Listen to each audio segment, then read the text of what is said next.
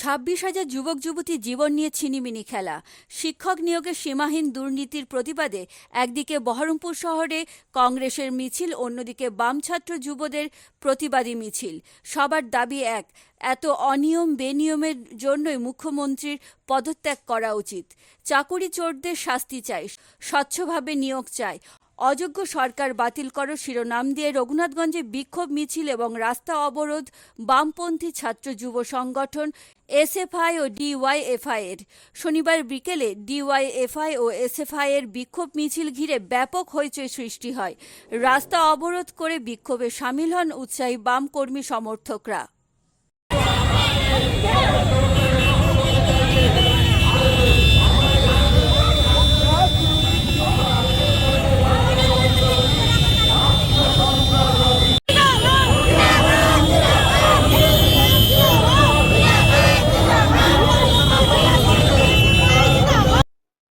গোটা জেলা জুড়ে সর্বভারতীয় কংগ্রেসের নেতৃত্ব অধীর চৌধুরীর নেতৃত্বে যখন মুর্শিদাবাদ জেলা কংগ্রেস ওয়াকফ বোর্ড বিল বাতিলের দাবিতে সোচ্চার হচ্ছে, ব্লকে ব্লকে যখন আন্দোলন চলছে, তখন আমরা দেখলাম সারা পশ্চিমবঙ্গে একটা বিপর্যয় নেমে এলো।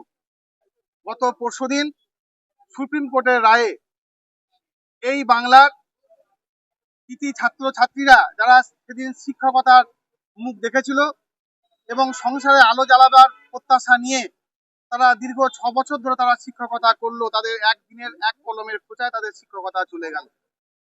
আমরা বলতে চাইছি যে যাদের এই 26,000 জীবন নিয়ে ছেলেমেলা খেলা, এটা একমাত্র মমতা বন্দ্যোপাধ্যায় তিনি কিন্তু এই খেলা কিন্তু খেলেছেন।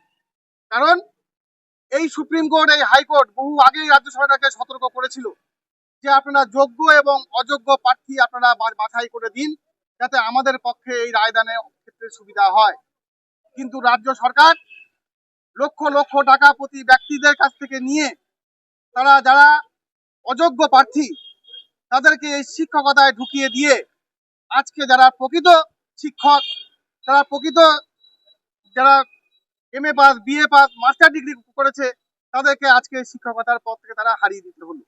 এর জন্য দায়ী একজনেই, তিনি হচ্ছেন মমতা বন্দ্যোপাধ্যায়। একের পর এক তিনি 11 সালে তিনি বলেছিলেন বাংলায় আমরা পরিবর্তন নিয়ে আসবো। বাংলায় পরিবর্তন নিয়ে আসতে গিয়ে তিনি বাঙালিরই পরিবর্তন তিনি ঘটিয়ে ফেলেছেন। কারণ সারদা থেকে শুরু করে একটার পর একটা কেলেঙ্কারি, সারদা হলো, নারদা হলো, তারপর রেশন দুর্নীতি, শিক্ষা দুর্নীতি, সমস্ত জায়গায়। এরপরে আমরা দেখবো প্রাইমারি স্কুলে সেখানে হয়তো রায় বেড়াবে, সেখানে কয়েক লক্ষ হয়তো টিচার সেখানে বাদ যাবে। তারপরে পৌর নিগমের যে পরীক্ষা হয়েছে সেখানে হয়তো বাতিল, সেখানেও সমস্ত নিয়োগ সেখানে হয়েছে। এরপরে ফায়ার ব্রিগেড, সেখানেও ভুয়ো নিয়োগ হয়েছে। অর্থাৎ যারা শিক্ষক, যারা প্রকৃত শিক্ষা তাদের পেটে আছে, তাদেরকে আজকে বলা হচ্ছে যে তেল মুড়ির চপের দোকানেও কম লাভ হয় না।